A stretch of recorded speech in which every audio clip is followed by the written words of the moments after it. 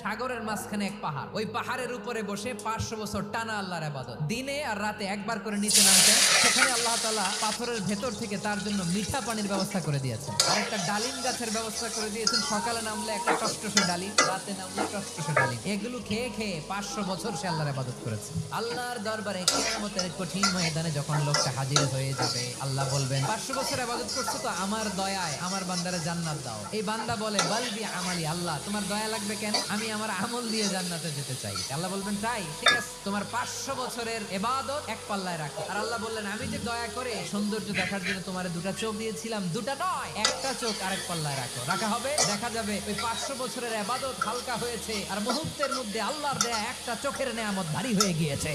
ফলাফল দেখো, হিসাব বলে তুমি এখন জাহান্নামে যাবা, যাও এবার জাহান্নামে যাও। এবার লোকটা কাচুমাচু করে বলে আল্লাহ এবার আমি বুঝতে পেরেছি তোমার দয়া ছাড়া দুনিয়ায় কেউ জান্নাতে যেতে পারবে না।